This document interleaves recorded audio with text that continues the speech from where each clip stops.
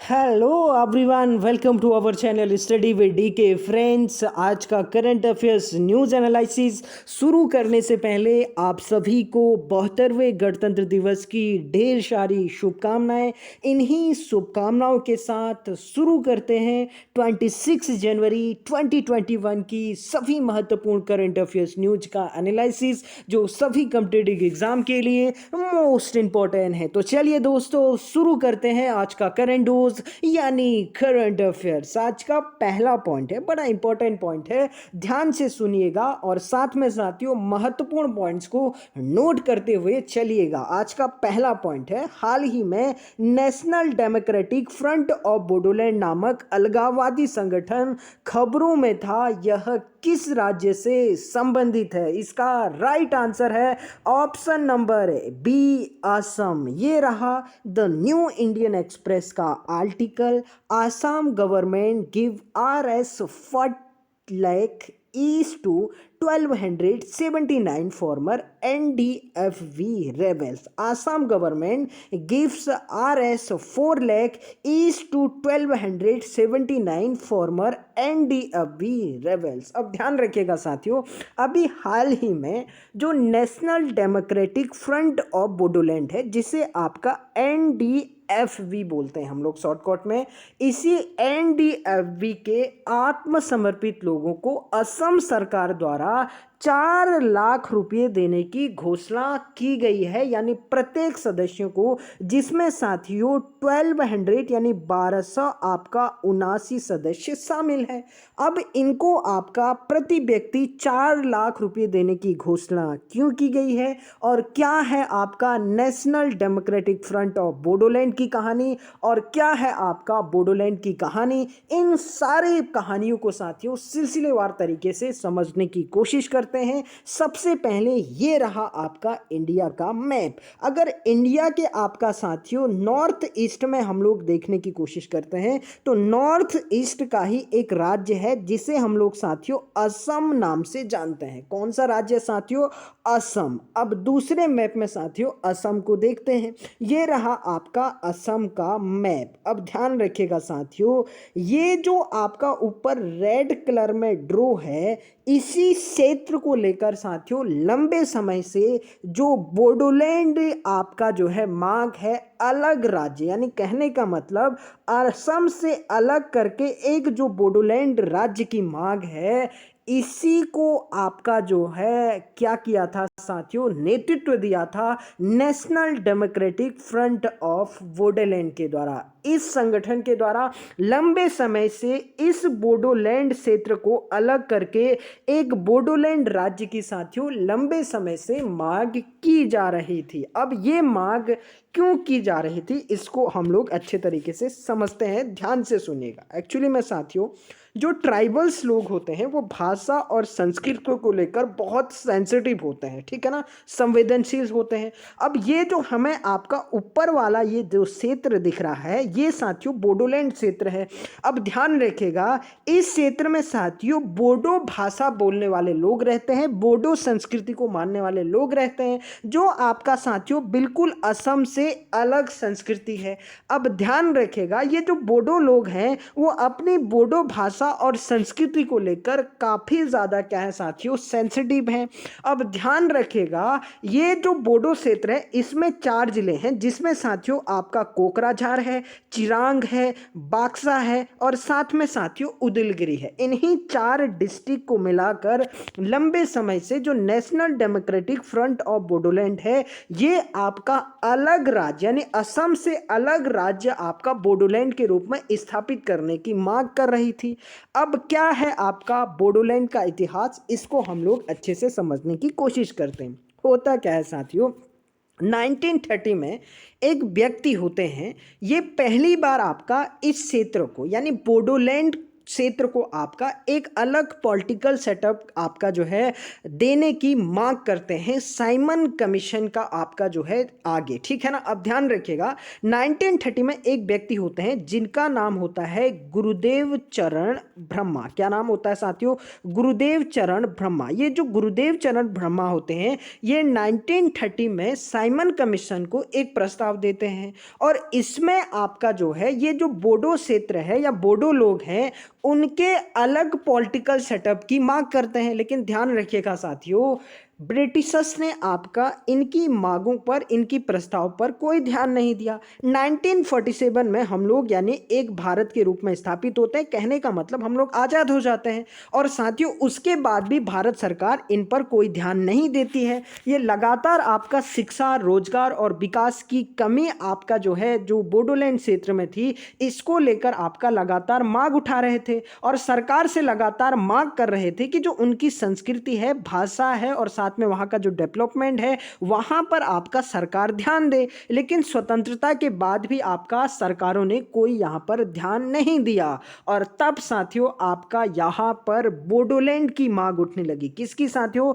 असम से एक अलग राज्य बोडोलैंड की मांग उठने लगी। अब ध्यान रखिएगा साथियों होता क्या है आपका 1971 में, कब साथियों? आपका 1971 में आपका भारत और पाकिस्तान का युद्ध होता है पूरी पाकिस्तान को लेकर, जिसे आपका वर्तमान में बांग्लादेश कहा जाता है। आप मैप में देख सकते हैं साथियों ये वाला जो पूरा क्षेत्र है ये है साथियों आपका बांग्लादेश, ठीक है ना। होता क्या है 1971 में जब आपका भारत और पाकिस्तान के बीच में इसी पूरी पाकिस्तान को लेकर साथियों वॉर होती है और उसी के बाद साथियों बांग्लादेश का भी निर्माण होता है। उससे पहले ये पूरी पाकिस्तान कहलाता था और पाकिस्तान का ही ये पार्ट था। जो वर्तमान पाकिस्तान हम लोग देखते हैं ये साथियों कभी पश्चिमी पाकिस्तान हुआ करता था और ये जो पूरी पाकिस्तान है ये आपका किसका पार्ट हुआ करता था? पाकिस्तान का ही पार्ट हुआ करता था। होता क्या है 1971 में जब पाकिस्तान की आर्मी और सरकार के द्वारा इस पूरे पाकिस्तान में साथियों जबरदस्त नरसंहार शुरू किया जाता है तो ऐसे में आपका बांग्लादेश से जितने भी रिफ्यूजी होते हैं, शरणार्थी होते हैं, ये आपका भारत का जो पूर्वोत्तर आपका क्षेत्र है जिसमें साथियों असम भी शामिल है, अरुणाचल प्रदेश है, नागालैंड है, मणिपुर है, त्रिपुरा है, इन क्षेत्रों में साथियों शरणार्थी के रूप में आ जाते हैं। ऐसे में साथियों जो आपका यहाँ के ट्राइबल्स होते हैं उनको आपका जो है अपनी संस्कृति और आपका भाषा पर खतरा नजर आता है। अब ध्यान रखिएगा साथियों इसके बाद यानी जब आपका बांग्लादेश से ये शरणार्थी आपका इस पूर्वोत्तर राज्यों की ओर आते हैं तो ऐसे में आपका ये जो शरणार्थी होते हैं ये साथियों यहीं पर क्या हो जाते हैं? बस जाते हैं। और ऐसे में साथियों जो बोडो लोग हैं या ट्राइबल्स लोग हैं इनकी जो आपका जो है सेंसिटिविटी होती है अपनी भाषा और संस्कृति को लेकर ये बहुत ज़्यादा बढ़ जाती है। और ऐसे सिचुएशन में साथियों 1980 के दशक में बोडोलैंड की मांग और ज़्यादा तेज हो जाती है और वो लगातार साथियों आपका मांग कर रहे होते हैं। लेकिन 1980 में शुरुआत में ये आपका साथियों शांतिपूर्ण तरीके से अपनी मांग करते थे, लेकिन साथियों 1980 के दशक में ये जो मांग है ये काफ़ी ज़्यादा क्या हो जाती है? तेज हो जाती है और 1980 के दशक में ऑल बोडो स्टूडेंट यूनियन आपका साथियों एक संगठन बनाया जाता है उपेंद्र नाथ ब्रह्मा के द्वारा और साथियों इसी का एक पॉलिटिकल ऑर्गेनाइजेशन बनाया जाता है बोडो पीपुल्स एक्शन कमेटी यानी आपका BPAC। अब ये जो आपका बोडो पीपुल्स एक्शन कमेटी थी साथियों इस कमेटी ने आपका साथियों इस संगठन ने असम को आपका 50-50% डिवाइड करने की मांग की और जब आपका डिवाइड करने की मांग की तो बाद में साथियों ये आंदोलन आपका क्या हो गया? हिंसक हो गया। ऐसे में आपका भारत सरकार को मजबूर होना पड़ा और 1993 में कब साथियों आपका 1993 में भारत सरकार को मजबूर होकर बोडोलैंड ऑटोनॉमस काउंसिल यानी आपका BAC की स्थापना करनी पड़ी, जिसके तहत होता क्या है साथियों, कुछ स्वायत्तता इन आपका डिस्ट्रिक्ट्स को प्रदान की जाती है। और बाद में साथियों फिर अटल बिहारी वाजपेयी की सरकार के द्वारा 2003 में शेड्यूल 6 के तहत आपका यहाँ पर बोडोलैंड टेरिटोरियल काउंसिल यानी BTC की स्थापना कर दी जाती है, जिससे आपका साथियों यहाँ पर जो स्थानीय लोग हैं वो आपका अपने तरीके से क्या करेंगे, शासन चलाएंगे। इस तरीके की बात साथियों आपका जो है संविधान में आपका अनुसूची 6 में जोड़ दी जाती है। अब ध्यान से सुनिएगा साथियों, होता क्या है 2020 में एक साथियों बोडो समझौता होता है 27 जनवरी 2020 को। कब होता है साथियों, 27 जनवरी 2020 को भारत सरकार और असम सरकार और साथ में आपका साथियों जो बोडो संगठन थे उनके बीच में आपका बोडो समझौता होता है, जिसके तहत आपका त्रिपक्षीय समझौता होता है। और आपका साथियों इसके तहत भारत सरकार यहाँ के लिए, यहाँ के डेवलपमेंट के लिए 1500 करोड़ आपका जो है पैसे रिलीज करती है, एक पैकेज आपका रिलीज करती है, जिसके तहत आपका साथियों जो बोडो लोग हैं उनके विकास में आपका ये पैसा खर्च किया जाएगा। और जो बोडो लोग हैं वो आपका साथियों अपनी जो बोडोलैंड की मांग है उसको क्या करेंगे, वापस करेंगे। इसके बाद भी साथियों बोडोलैंड की जो मांग थी वो आपका जो है छिटपुट तरीके से चलती रही। और फाइनली साथियों जो ये आपका जो है हाल ही में कुछ लोग थे जिनकी संख्या साथियों टोटल आपका according to the New Indian Express total संख्या थी आपका 1279।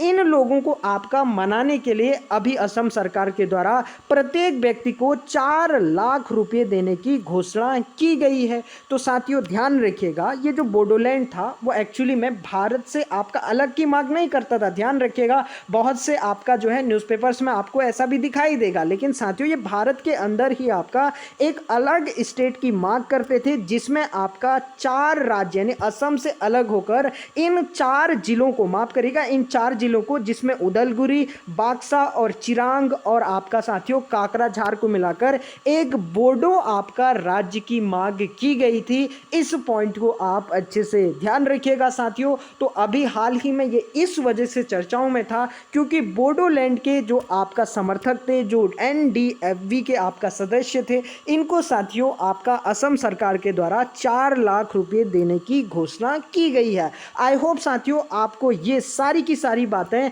अच्छे से समझ में आई होगी कि क्या थी बोडोलैंड की मांग और आपका बोडो समझौता क्यों हुआ और फिर अभी हाल ही में आपका 4 लाख रुपए देने की घोषणा क्यों की गई। इसी समझौते के तहत साथियों आपका जो बोडोलैंड क्षेत्र है वहां पर आपका सरकार के द्वारा कुछ प्रावधान किए गए हैं। पहला तो साथियों ध्यान रखिएगा, एक नेशनल स्पोर्ट्स यूनिवर्सिटी आपका जो है बनाई जाएगी आपका कहां पर, बोडो क्षेत्र में। दूसरा साथियों जो सेंट्रल यूनिवर्सिटी है वो आपका जो है एक बनाई जाएगी और इसका नाम रखा जाएगा उपेंद्र नाथ ब्रह्मा के नाम पर। किसके नाम पर साथियों, उपेंद्र नाथ आपका ब्रह्मा के नाम पर, जिन्होंने साथियों ऑल बोडो स्टूडेंट यूनियन आपका बनाया था 1980 के दशक में, जिसने साथ में साथियों बोडोलैंड की आपका मांग बहुत तेज की थी। तीसरा साथियों रोजगार के लिए एक आपका रेलवे कोच फैक्ट्री भी आपका स्थापित की जाएगी और स्पोर्ट्स अथॉरिटी ऑफ इंडिया आपका के सेंटर स्थापित किए जाएंगे। उदलगुरी हो गया, बाक्सा हो गया और चिरांग में। इस पॉइंट को आप अच्छे से ध्यान रखिएगा। एक कैंसर हॉस्पिटल और मेडिकल कॉलेज भी आपका थामुलपुर में आपका स्थापित किया जाएगा और वेटनरी कॉलेज एट आपका साथियों कुमार कटा में आपका स्थापित किया जाएगा। एक सेंट्रल यूनिवर्सिटी और आपका रिम्स की भी यहाँ पर स्थापना की जाएगी। Institute of livelihood management and hotel management का भी यहाँ पर कॉलेज खोला जाएगा। Regional campus of Indira Gandhi national tribal university यहाँ पर स्थापित की जाएगी। बोडो मेमोरियल म्यूजियम बनाया जाएगा, यानी जिन्होंने आपका बोडोलैंड मांग में आपका जान गंवाई है उनकी याद के लिए एक मेमोरियल आपका म्यूजियम बनाया जाएगा। ये नेशनल इंस्टीट्यूट ऑफ टेक्नोलॉजी यानी NIT कैंपस उदलगिरी में आपका स्थापित किया जाएगा। ये सारी आपका जो है यहाँ पर इंफ्रास्ट्रक्चर इस्टेब्लिश किए जाएंगे ताकि साथियों आपका किसका विकास हो सके, बोडो लोगों का विकास हो सके। क्योंकि साथियों बोडोलैंड की मांग शिक्षा, रोजगार और विकास की कमी को लेकर भी थी। भाषा संस्कृति एक अलग मामला था, लेकिन शिक्षा रोजगार भी आपका यहाँ पर एक महत्वपूर्ण मुद्दा था। तो साथियों इन सारे पॉइंट्स को आप अच्छे से ध्यान रखिएगा। अगर बात करें आपका असम की एडिशनल आपका साथियों फैक्ट की, तो ध्यान रखिएगा साथियों, असम की राजधानी है आपका दिसपुर। कहाँ है साथियों? असम की राजधानी आपका दिसपुर। जबकि यहाँ के वर्तमान में जो सीएम है, चीफ मिनिस्टर है, मुख्यमंत्री है, वो है साथियों सर्बानंद सोनोवाल। कौन है साथियों? सर्बानंद सोनोवाल वर्तमान में यहाँ के चीफ मिनिस्टर हैं। और यहाँ के राज्यपाल है साथियों जगदीश मुखी। कौन है साथियों? जगदीश मुखी। इस पॉइंट को भी आप नोट कर लीजिएगा। असम का जो पुराना नाम है साथियों वो है आपका कामरूप। क्या है साथियों? असम का जो पुराना नाम है वो है साथियों कामरूप। जबकि यहाँ का बहुत ही फेमस नेशनल पार्क है साथियों, एक तो है आपका काजीरंगा जो एक सींग गैंडे के लिए आपका पूरे विश्व में फेमस है। और ध्यान रखिएगा साथियों दूसरा है आपका मानस अभ्यारण्य। कौन सा है साथियों? मानस अभ्यारण्य। इस पॉइंट को भी नोट कर लीजिएगा। दुनिया का जो सबसे बड़ा नदी द्वीप है वो है साथियों माजुली नदी द्वीप। अब ध्यान रखिएगा ये जो माजुली नदी द्वीप है ये आपका ब्रह्मपुत्र नदी के तट पर है और असम में ही स्थित है। ध्यान रखिएगा साथियों बहुत ही फेमस मंदिर कामाख्या देवी मंदिर। कौन सा साथियों? कामाख्या देवी मंदिर। ये भी साथियों आपका कहाँ स्थित है? असम में स्थित है। यहाँ के दो फेमस लोक नृत्य है, मैं साथियों 1000 बार आपको बता चुका हूँ, एग्जाम में बहुत बार पूछा गया है। एक तो है साथियों बिहू और दूसरा है आपका सत्रिया। क्या है साथियों? बिहू और सत्रिया यहाँ के लोक नृत्य हैं। और ध्यान रखिएगा साथियों चाय उत्पादन में भारत में पहला स्थान किसका है? असम का है। और ध्यान रखिएगा साथियों जो बागजन तेल कुआं है, क्या साथियों आपका बागजन तेल कुआं, इसके बारे में मैंने साथियों डिटेल से करंट अफेयर्स न्यूज़ में आपको बताया था। ये जो बागजन तेल कुआं है रिफाइनरी है, यहाँ पर साथियों कुछ दिन पहले आपका आग लग गई थी और उसे बुझा लिया गया है। ये भी साथियों कहाँ है? असम में है। तो ये सारे पॉइंट साथियों अच्छे से नोट कर लीजिएगा। बढ़ते हैं अपने नेक्स्ट पॉइंट की ओर। नेक्स्ट पॉइंट है हाल ही में नियंत्रक एवं महालेखा परीक्षक यानी कैग द्वारा केरल के किस बॉन्ड के माध्यम से जुटाए गए धन को गैर कानूनी घोषित कर दिया गया है? इसका राइट आंसर है ऑप्शन नंबर डी मसाला बॉन्ड। ये है साथियों द हिंदू का article KIIFB borrowing have no legislative NOD CAG report. अब ध्यान रखिएगा साथियों अभी हाल ही में आपका जो Kerala infrastructure investment fund board है इसके द्वारा साथियों आपका कुछ दिन पहले मसाला बॉन्ड जारी किया गया था। अब क्या है आपका मसाला बॉन्ड, इसको हम लोग सबसे पहले समझते हैं, फिर समझते हैं आपका कैग ने क्या कहा है। अब सबसे पहले तो ध्यान रखिएगा साथियों ये जो आपका Kerala infrastructure investment fund board है इसके द्वारा साथियों केरल में आपका जो है पैसा उगाने के लिए मसाला बॉन्ड जारी किया गया। एक्चुअली में साथियों मसाला उत्पादक देश आपका जो भारत के आसपास के देश हैं इन्हें आपका इंटरनेशनल फाइनेंशियल जो कमीशन है IFC है, इसने भारतीय कंपनियों के लिए दुनिया के देशों से फंड उगाने के लिए एक आपका बॉन्ड का नाम दिया जिसे साथियों आपका मसाला बॉन्ड नाम दिया गया। कौन सा साथियों? आपका मसाला बॉन्ड नाम दिया गया।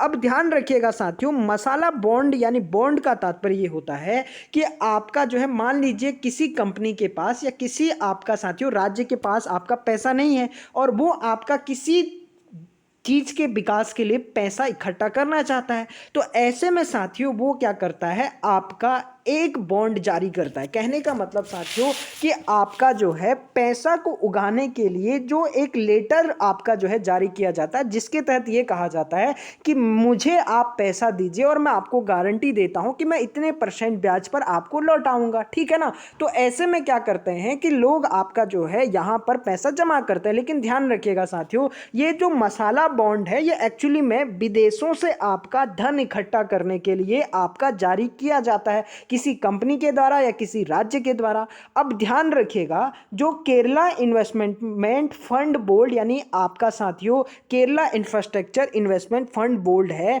इसके द्वारा साथियों आपका गवर्नमेंट ऑफ केरला के कहने पर क्या किया गया, ये मसाला बॉन्ड जारी किया गया। लेकिन साथियों कुछ दिन पहले शायद आपको अगर ध्यान हो तो मैंने आपको समझाया था कि इसे आपका इलीगल घोषित कर दिया था रिजर्व बैंक ऑफ इंडिया के द्वारा। अब हाल ही में साथियों आपका जो भारत का कैग है, कंट्रोलर एंड ऑडिटर जनरल, जिसे हम लोग नियंत्रक एवं महालेखा परीक्षक कहते हैं, और वर्तमान में आपका गिरीश चंद्र मुर्मू साहब, कौन साथियों, जीसी मुर्मू साहब, जो इससे पहले आपका जम्मू कश्मीर के पहले क्या थे, केंद्र शासित बनने के बाद उपराज्यपाल थे, ये वर्तमान में भारत के कैग हैं। इनके द्वारा आपका एक रिपोर्ट सौंपी गई और इन्होंने भी साथियों आपका इस तरीके से कहा, the of budget borrowing made by the Kerala infrastructure investment fund board for funding intra project has high past the limit set on government borrowing under article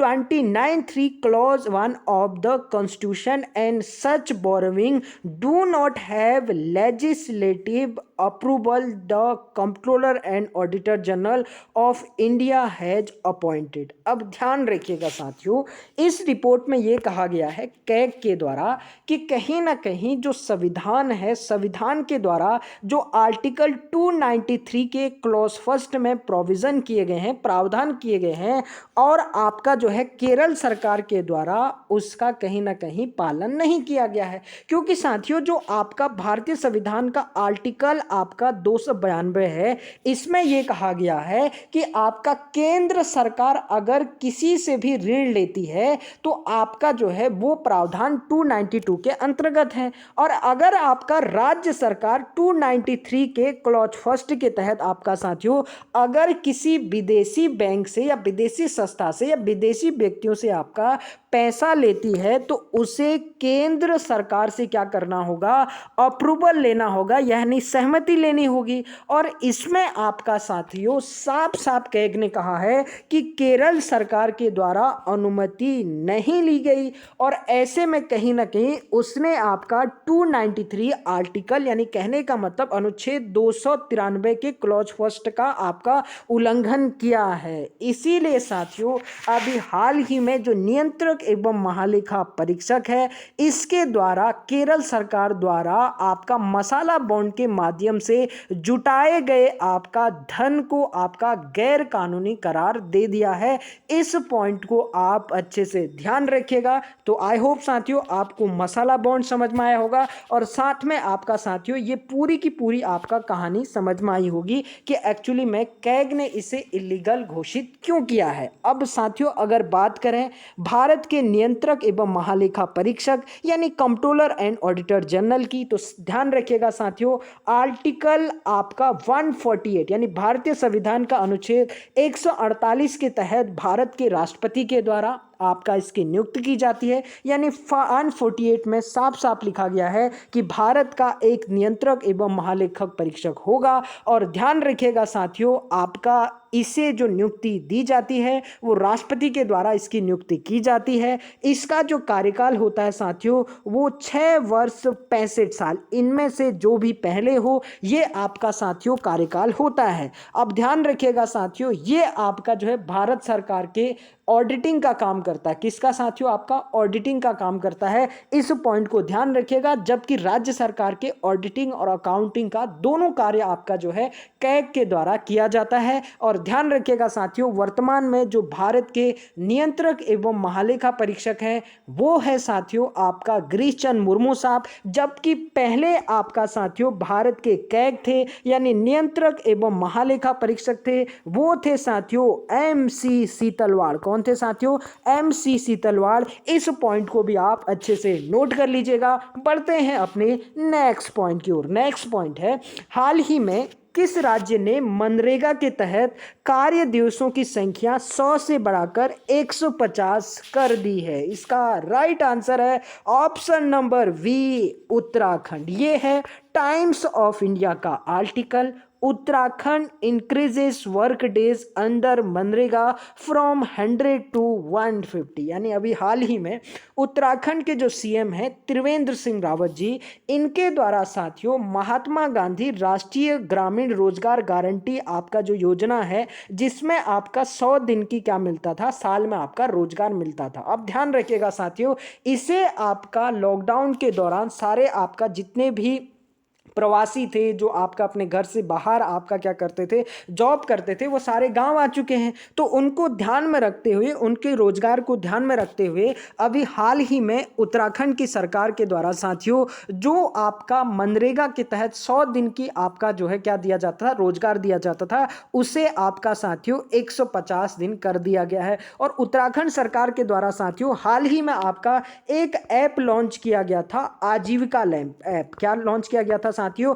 आजीविका ऐप लॉन्च किया गया था। और ये उनके लिए लॉन्च किया गया था जिनको आपका किसी वजह से काम नहीं मिल रहा है और वो आपका काम ढूंढ रहे हैं। इसके लिए आपका साथियों उत्तराखंड सरकार के द्वारा ये ऐप लॉन्च किया गया था। इस पॉइंट को आप अच्छे से ध्यान रखिएगा। अगर बात करें साथियों महात्मा गांधी राष्ट्रीय ग्रामीण रोजगार गारंटी अधिनियम की, तो साथियों आपका ये जो महात्मा गांधी राष्ट्रीय ग्रामीण रोजगार गारंटी अधिनियम 2005 है, इसे आपका शुरू किया गया था 2 फरवरी 2006 को। नोट कर लीजिएगा साथियों, जो आपका मनरेगा की भारत में शुरुआत हुई थी वो हुई थी आपका 2 फरवरी 2006 को। ये शुरू हुआ था साथियों अनंतपुर, कहां से साथियों? अनंतपुर गांव, बंदावली जिला, आंध्र प्रदेश से। कहां से साथियों? अनंतपुर गांव, बांदावली जिला, आंध्र प्रदेश से आपका साथियों ये शुरू हुआ था। जो महात्मा गांधी राष्ट्रीय ग्रामीण रोजगार गारंटी है यानी मनरेगा है,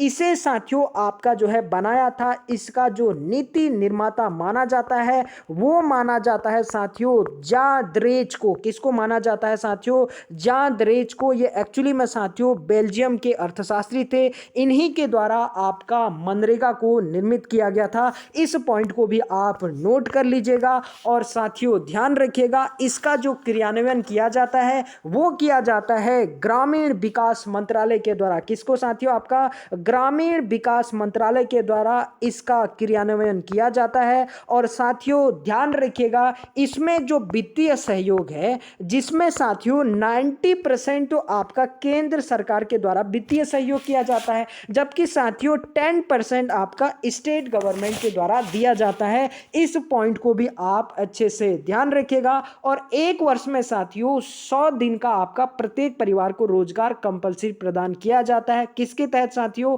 मनरेगा के तहत। और ध्यान रखिएगा साथियों, इसमें 30% आपका महिलाओं की भागीदारी आपका अनिवार्य है। कितनी साथियों? 33% महिलाओं की भागीदारी अनिवार्य है। और साथियों पहले इसे आपका राष्ट्रीय ग्रामीण रोजगार गारंटी आपका माना, यानी नरेगा के नाम से जाना जाता है। किससे साथियों? आपका नरेगा के नाम से जाना जाता था। लेकिन ध्यान रखिएगा साथियों 2 अक्टूबर 2009 को, कब साथियों? 2 अक्टूबर 2009 को इसका नाम चेंज करके क्या रख दिया गया साथियों? मनरेगा रख दिया गया। इन सारे पॉइंट को साथियों नोट कर लीजिएगा। बढ़ते हैं हम अपने नेक्स्ट पॉइंट की ओर। नेक्स्ट पॉइंट है, हाल ही में यूएन में बकाया भुगतान न करने के कारण कितने देशों के यूएन महासभा में मताधिकार को वापस ले लिया है? इसका राइट आंसर है ऑप्शन नंबर बी 7। ये है आपका बिजनेस स्टैंडर्ड का article. Iran, 6 other nations lost right to vote in United Nations general assembly over unpaid dues. अब ध्यान रखिएगा साथियों, अभी हाल ही में जो यूनाइटेड नेशन की आपका साथियों महासभा है, जिसे साथियों आपका जो है फंड देना होता है विभिन्न देशों को। क्या देना होता है साथियों? फंड देना होता है। लेकिन आपका जो है ये जो 7 देश हैं, जिसमें साथियों आपका ईरान है, नाइजर है, दक्षिणी सूडान है, जिम्बाब्वे है, कांगो है, सेंट्रल अफ्रीकन रिपब्लिक है और लीबिया है, इनके द्वारा साथियों वो फंड आपका नहीं चुकाया गया था। Iran and 6 other nation lost their right to vote in the United Nation General Assembly because they have not paid to their dues UN Security General आपका and paid their dues, UN Secretary General Antonio Guterres, माफ करेगा साथियों, said on Monday, reported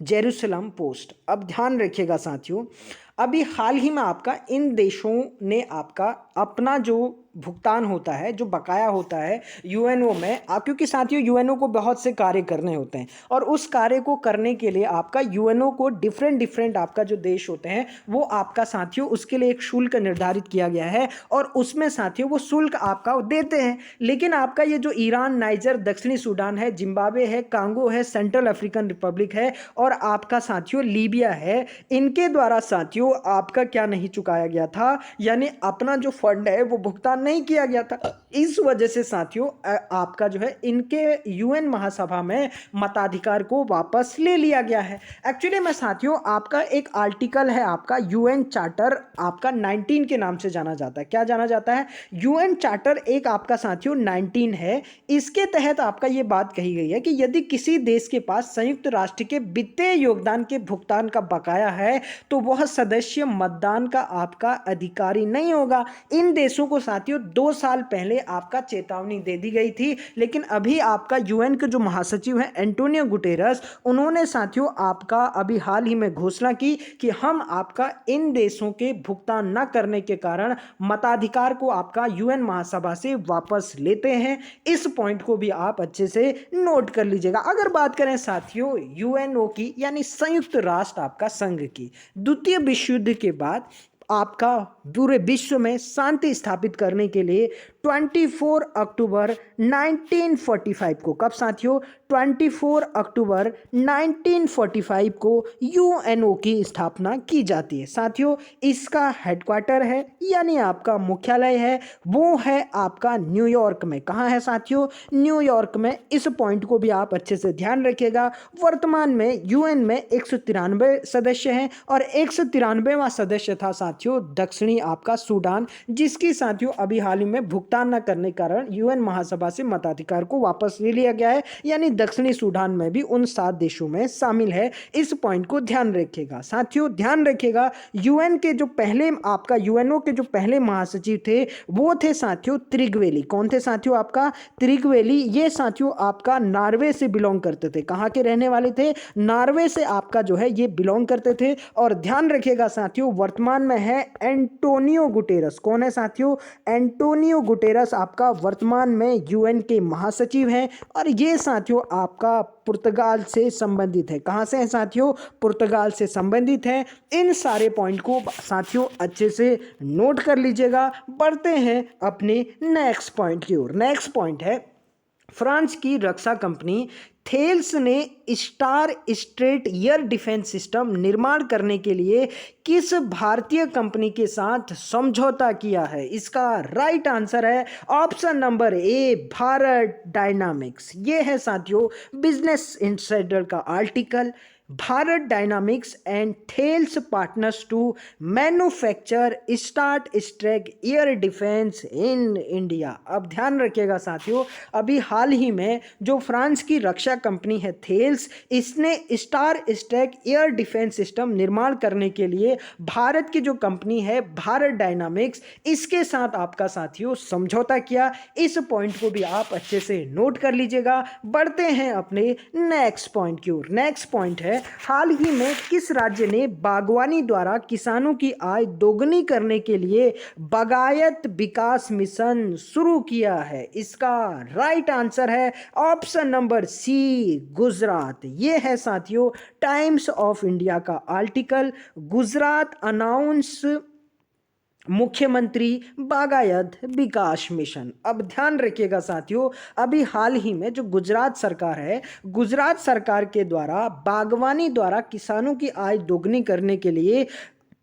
मुख्यमंत्री बागायत विकास mission को आपका शुरू किया गया है। इस पॉइंट को आप अच्छे से ध्यान रखिएगा। अगर बात करें साथियों गुजरात की, तो गुजरात की जो स्थापना होती है वो होती है साथियों 1 मई 1960 को। कब होती है साथियों? 1 मई 1960 को। यहाँ की राजधानी है साथियों गांधीनगर। कहाँ है साथियों? गांधीनगर। ध्यान रखिएगा यहाँ के वर्तमान में गवर्नर है आचार्य देवव्रत। कौन है साथियों? आचार्य देवव्रत यहाँ पर वर्तमान में में गवर्नर हैं और यहाँ के सीएम है विजय रूपाणी। कौन है साथियों? आपका वर्तमान में यहाँ के सीएम है विजय रूपाणी। अब ध्यान रखिएगा साथियों, जो स्टैचू ऑफ यूनिटी है, अब ध्यान रखिएगा ये जो स्टैचू ऑफ यूनिटी है ये साथियों आपका कहाँ है? गुजरात में ही स्थित है। और ध्यान रखिएगा इसकी जो हाइट है वो है साथियों 182 मीटर और ये दुनिया की सबसे ऊंची क्या है साथियों? मूर्ति है सरदार वल्लभ भाई पटेल की।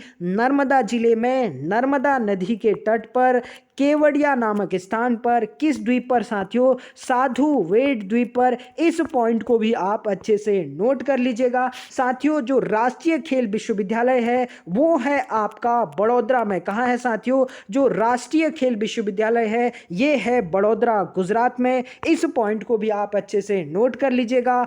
काकरापार, क्या साथियों? आपका काकरापार परमाणु ऊर्जा संयंत्र यानी परमाणु रिएक्टर, ये सूरत गुजरात में स्थित है। और ध्यान रखिएगा साथियों कच्छ जिला, कौन सा जिला साथियों? कच्छ जिला, ये भी गुजरात में स्थित है। ये भारत का सबसे पश्चिमी जिला है। इस पॉइंट को भी आप नोट कर लीजिएगा। कांडला बंदरगाह, कौन सा साथियों? कांडला बंदरगाह, जिसे आपका नाम परिवर्तन करके अब दीनदयाल उपाध्याय बंदरगाह के नाम से जाना जाता है। यह भी साथियों आपका कहां स्थित है? गुजरात में स्थित है। इस पॉइंट को भी आप अच्छे से ध्यान रखिएगा। आनंद डेयरी साथियों बहुत ही आपका जो है डेयरी उद्योग के लिए प्रसिद्ध है। आनंद शायद आपने भी बहुत बार लिया होगा। यह प्रोडक्ट आपका साथियों गुजरात में ही बनता है और गुजरात में ही आपका साथियों इसकी फैक्ट्री स्थित है। लोथल, क्या साथियों? आपका लोथल, जो हड़प्पा सभ्यता का आपका बंदरगाह था, भारत का सबसे प्राचीन बंदरगाह इसे माना जाता है। यह भी साथियों आपका गुजरात में स्थित है। बहुत ही फेमस मंदिर सोमनाथ मंदिर, जिसका अभी हाल ही में सोमनाथ आपका मंदिर न्यास परिषद का जो अध्यक्ष बनाया गया है वो प्रधानमंत्री मोदी जी को बनाया गया है। 1026 में मोहम्मद गजनवी के द्वारा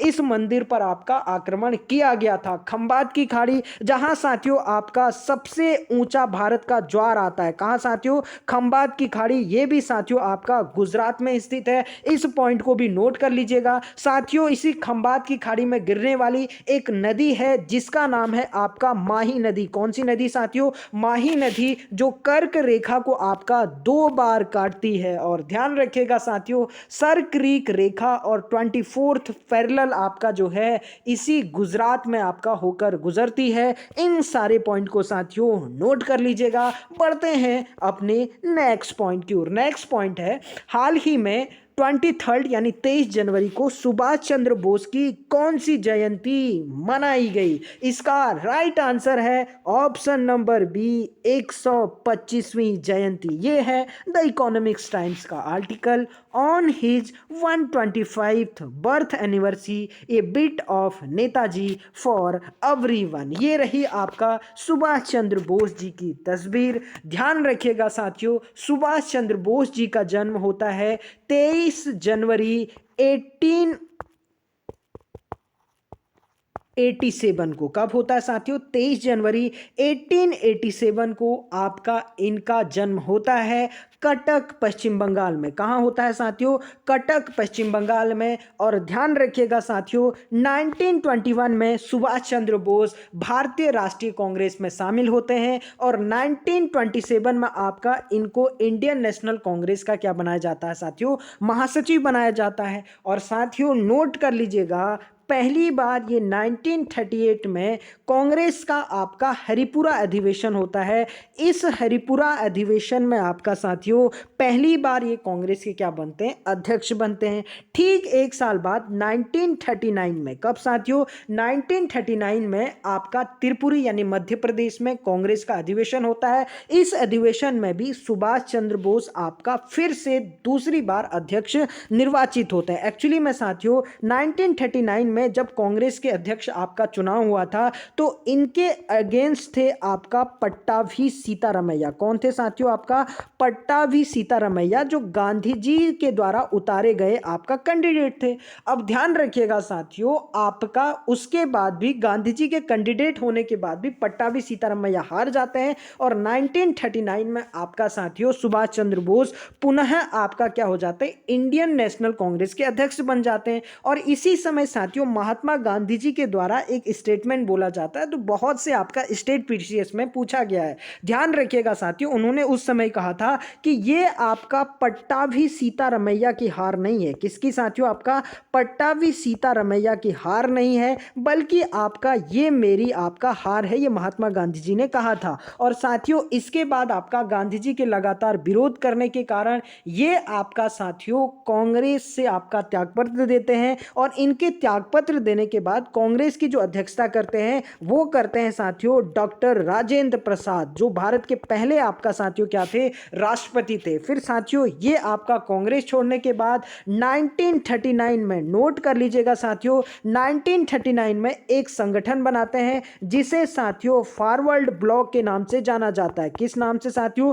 फॉरवर्ड ब्लॉक के नाम से जाना जाता है। ये साथियों हमेशा आपका इस बात का समर्थन करते थे कि हमें बाहरी शक्तियों से भी भारत को आज़ाद करने के लिए सपोर्ट आपका लेना चाहिए, और इन्होंने साथियों आपका जापान से इस बारे में बात भी की थी, और सपोर्ट आपका जो है देने की इनकी कंप्लीटली बात भी हो जाती है। ध्यान रखिएगा साथियों 1943 में ये आपका आज़ाद हिंद फौज की आपका कमान संभाल लेते हैं, और साथियों इनकी जो आपका आपका मृत्यु है वो बहुत रहस्यमयी है। इसके बारे में कोई कहता है कि आपका जहाज के आपका इनके हेलीकॉप्टर के आपका जो क्रैश होने से इनकी मृत्यु हुई, लेकिन उसको लेकर कोई कंफर्मिटी नहीं है। और ध्यान रखिएगा साथियों इनके द्वारा एक बहुत ही फेमस पुस्तक लिखी जाती है जिसका नाम है द इंडियन स्ट्रगल। क्या साथियों? आपका द इंडियन स्ट्रगल नामक आपका पुस्तक सुभाष चंद्र बोस जी के द्वारा लिखी जाती है। और एक साथियों आपका एक बहुत ही फेमस बुक है जिसका नाम है साथियों एन इंडियन पिलग्रिम। क्या है साथियों? आपका एन इंडियन पिलग्रिम नामक आपका पुस्तक भी इनके द्वारा लिखी जाती है। इनके द्वारा साथियों एक पत्रिका निकाली जाती है, न्यूज़पेपर निकाला जाता है जिसका नाम है आपका स्वराज। इनके द्वारा साथियों बहुत से फेमस नारे दिए गए।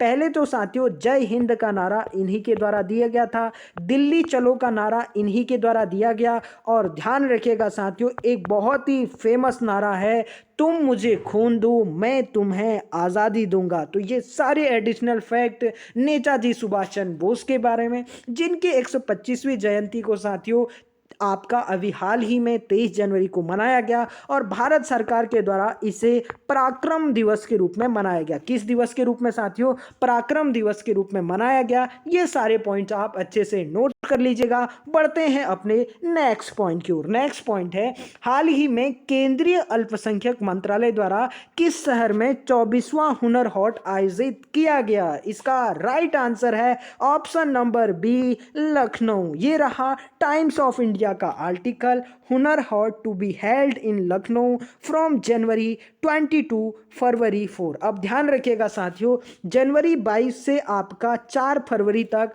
लखनऊ में, जो आपका उत्तर प्रदेश की राजधानी है, जिसे आपका नवाबों का शहर कहा जाता है और गोमती नदी के तट पर स्थित है आपका लखनऊ। ध्यान रखिएगा साथियों इसी लखनऊ में 24वां हुनर हाट का आयोजन किया जा रहा है। एक्चुअली में साथियों भारत सरकार के द्वारा जो आपका जो है हैंडीक्राफ्ट क्या है साथियों, यानी हस्तशिल्प यानी हाथ से बनाए गए प्रोडक्ट हैं, उत्पाद हैं, उनको आपका मार्केट प्रदान करने के लिए हुनर हाट का आपका आयोजन किया जाता है। यानी स्वदेशी उत्पादों को बेचने हेतु आपका साथियों एक मंच है हुनर हाट। इस पॉइंट को आप अच्छे से ध्यान रखिएगा। और आपका जो अल्पसंख्यक मंत्रालय है इसके द्वारा आपका इसका आयोजन किया जाता है। वर्तमान में साथियों अल्पसंख्यक मंत्री हैं जिनकी तस्वीर आपको सामने दिख रही होगी, जिनका नाम है मुख्तार अब्बास नकवी। क्या है साथियों? मुख्तार अब्बास नकवी। ये आपका वर्तमान में क्या है साथियों? अल्पसंख्यक मंत्री हैं। इस पॉइंट को भी आप अच्छे से ध्यान रखिएगा। और साथियों ये जो हुनर हाट है इसका आपका थीम है वोकल फॉर लोकल। क्या है साथियों? Vocal for local. इस पॉइंट को भी आप अच्छे से ध्यान रखिएगा। ये साथियों आपका हुनर हाट का क्या है आपका साथियों यानी थीम है। और यह उस्ताद योजना के अंतर्गत, किस योजना के अंतर्गत साथियों? उस्ताद योजना के अंतर्गत आपका हुनर हाट अल्पसंख्यक मंत्रालय के द्वारा शुरू किया गया था। इन सारे पॉइंट को साथियों अच्छे से नोट कर लीजिएगा। बढ़ते हैं अपने नेक्स्ट क्वेश्चन की ओर। नेक्स्ट पॉइंट है राष्ट्रीय मतदाता दिवस प्रत्येक वर्ष किस तिथि को मनाया जाता है? इसका राइट आंसर है ऑप्शन नंबर बी, 25 जनवरी। अब ध्यान रखिएगा साथियों, प्रत्येक वर्ष आपका नेशनल जो वोटर्स डे है वो आपका कब मनाया जाता है? 25 जनवरी को। एक्चुअली में होता क्या है साथियों, 25 जनवरी कब साथियों? 25 जनवरी 1950 को। कब साथियों? 25 जनवरी 1950 को आपका जो भारतीय निर्वाचन आयोग है यानी इलेक्शन कमीशन ऑफ इंडिया है, इसकी आपका स्थापना की जाती है। इसी के उपलक्ष्य में 2011 से, कब से साथियों? 2011 से प्रत्येक वर्ष आपका नेशनल वोटर डे यानी कहने का मतलब आपका साथियों जो राष्ट्रीय मतदाता दिवस है ये प्रत्येक दिवस मनाया जाता है। इस पॉइंट को अच्छे से ध्यान रखिएगा। अगर बात करें भारतीय निर्वाचन आयोग की तो ध्यान रखिएगा साथियों, एक आर्टिकल है भारतीय संविधान का अनुच्छेद 324, इसी के तहत आपका भारतीय निर्वाचन आयोग की स्थापना की जाती है पहली बार 25 जनवरी 1950 को। इस पॉइंट को आप अच्छे से ध्यान रखिएगा साथियों। निर्वाचन आयोग में आपका टोटल 3 सदस्य होते हैं, जिसमें साथियों एक तो होता है मुख्य निर्वाचन आयुक्त और 2 होते हैं आपका अन्य आयुक्त। अब ध्यान रखिएगा साथियों, इनकी जो नियुक्ति है वो राष्ट्रपति के द्वारा की जाती है। और ध्यान रखिएगा साथियों, इनका जो कार्यकाल होता है वो होता है 6 वर्ष और सेवानिवृत्ति यानी रिटायरमेंट की आयु होती है 65 वर्ष। इस पॉइंट को भी आप अच्छे से नोट कर लीजिएगा। भारत के जो पहले आपका साथियों मुख्य निर्वाचन आयुक्त थे वो थे आपका सुकुमार सेन। कौन थे साथियों? पहले आपका जो है जो निर्वाचन आयुक्त थे वो थे आपका सुकुमार सेन, जबकि वर्तमान में है साथियों सुनील अरोड़ा। कौन है साथियों? आपका सुनील अरोड़ा। इस पॉइंट को भी आप अच्छे से नोट कर लीजिएगा। बढ़ते हैं अपने नेक्स्ट पॉइंट की ओर। नेक्स्ट पॉइंट है साथियों, मानसून सत्र के दौरान लोकसभा की संसदीय कार्यवाही के किस काल को निलंबित कर दिया गया था? इसका राइट आंसर है ऑप्शन नंबर ए, प्रश्नकाल यानी क्वेश्चन आर। ये है साथियों द इकोनॉमिक्स टाइम्स का article, question hour 0 hour to be restored in budget session Lok Sabha speaker. अब ध्यान रखिएगा साथियों, जो वर्तमान में आपका लोकसभा स्पीकर हैं जिनका नाम है आपका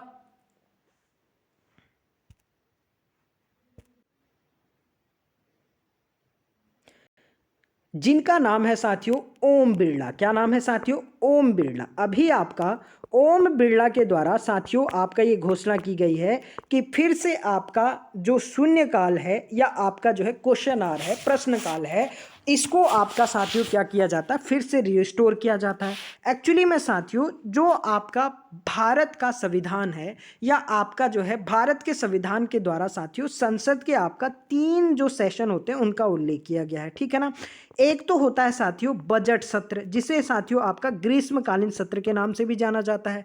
दूसरा सत्र होता है साथियों आपका मानसून सत्र। क्या साथियों? आपका मानसून सत्र होता है। इसी मानसून सत्र में साथियों आपका 0 आर को क्या कर दिया था? हटा दिया गया था। और उसके बाद साथियों तीसरा होता है आपका शीतकालीन सत्र, ठीक है ना, शीतकालीन सत्र।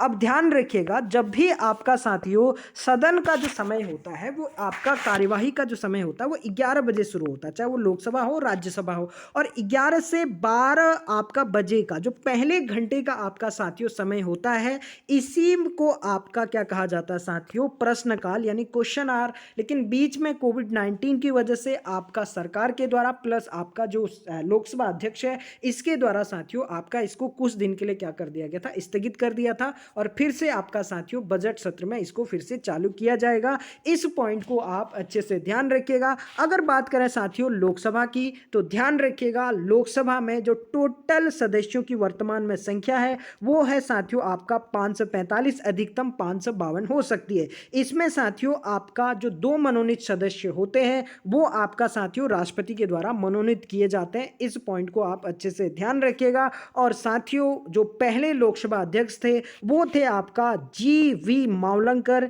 यानी आपका गणेश वासुदेव मावलंकर। और वर्तमान में कौन है साथियों? ओम बिरला, का जो आपका कोटा राजस्थान से आपका सांसद है। इन सारे पॉइंट्स को साथियों अच्छे से नोट कर लीजिएगा। ये रही आपका हमारी संसद। अगर आपका हम लोग बात करें भारत के संसद की तो ध्यान रखिएगा साथियों, भारत की संसद में दो सदन होते हैं। एक तो होता है साथियों आपका लोकसभा और एक होती है आपका राज्यसभा। इस पॉइंट को भी आप अच्छे से ध्यान रखिएगा। और साथियों आपका जो भारत की संसद है इसका निर्माण आपका 1927 में जो उस समय के आपका जो है क्या होते हैं लॉर्ड इरविन होते हैं, आपका जो है भारत के वायसराय। इन्हीं के द्वारा साथियों उस समय आपका जो है इसका क्या किया जाता है, निर्माण करवाया जाता है। और साथियों एडविन लुटियंस, कौन साथियों, एडविन लुटियंस के द्वारा इसका आपका जो है स्ट्रक्चर तैयार किया जाता है। इस पॉइंट को भी आप साथियों अच्छे से नोट कर लीजिएगा। और साथियों आज बात करते हैं आपका एक दिवस सीरीज, जो आपका साथियों हम लोग जनवरी से लेकर दिसंबर तक आपका जो है इसको ले जाएंगे। आज बात करेंगे सिर्फ आपका जनवरी की। बात करते हैं साथियों जो 1 जनवरी को मनाया जाता है आर्मी मेडिकल कोर स्थापना दिवस, जबकि 8 जनवरी को मनाया जाता है अफ्रीकन नेशनल कांग्रेस स्थापना दिवस। 9 जनवरी को हाल ही में हमने मनाया था साथियों, गांधी जी जब आपका जो है 9 जनवरी 1915 को अफ्रीका से भारत आए थे। इसे प्रवासी भारतीय दिवस के रूप में मनाया जाता है। इस पॉइंट को ध्यान रखिएगा। 10 जनवरी को लाल बहादुर शास्त्री की आपका पुण्यतिथि मनाई जाती है। 12 जनवरी को राष्ट्रीय युवा दिवस स्वामी विवेकानंद के आपका जो है जन्म दिवस पर मनाया जाता है। 15 जनवरी को साथियों हम थल सेना दिवस मनाते हैं, क्योंकि आपका फील्ड मार्शल KM करियप्पा ने इसी दिन आपका साथियों क्या लिया था, आपका जो है पदभार संभाल था भारतीय थल सेना अध्यक्ष का। 21 जनवरी को मेघालय, मणिपुर और त्रिपुरा 1972 में, इन 3 राज्यों की 21 जनवरी 1971 में स्थापना हुई थी। 23 जनवरी साथियों आज ही मैं चर्चा किया हूं, ये आप देश प्रेम दिवस भी इसी दिन मनाया जाता है। 24 जनवरी को आपका राष्ट्रीय बालिका दिवस मनाया जाता है। इस पॉइंट्स पर भी साथियों मैंने ऑलरेडी आपका चर्चा की है। 25 जनवरी को भारतीय पर्यटन दिवस और राष्ट्रीय मतदाता दिवस, जिसकी चर्चा आज आप साथियों वीडियो में हम लोग कर चुके हैं। 26 जनवरी को आपका गणतंत्र दिवस मनाया जाता है। ये इस बार आपका 72वां गणतंत्र दिवस है। इस पॉइंट को भी ध्यान रखिएगा। और 30 जनवरी को शहीद दिवस और विश्व कुष्ठ रोग निवारण दिवस, और साथ में आपका महात्मा गांधी जी की आपका पुण्यतिथि मनाई जाती है। कल साथियों हम फरवरी के आपका सभी दिवसों को लेकर फिर से आपके सामने हाजिर होंगे। तो ये था दोस्तों आज की सभी महत्वपूर्ण current affairs news plus static GK का एनालिसिस, जो सभी कॉम्पिटिटिव एग्जाम के लिए मोस्ट इंपॉर्टेंट है। तो चलिए दोस्तों फिर मिलते हैं एक नए करंट अफेयर्स न्यूज के साथ। तब तक आप पढ़ते रहिए। If you like this video don't forget to like, comment, share and subscribe our channel. Thank you very much. God bless you all.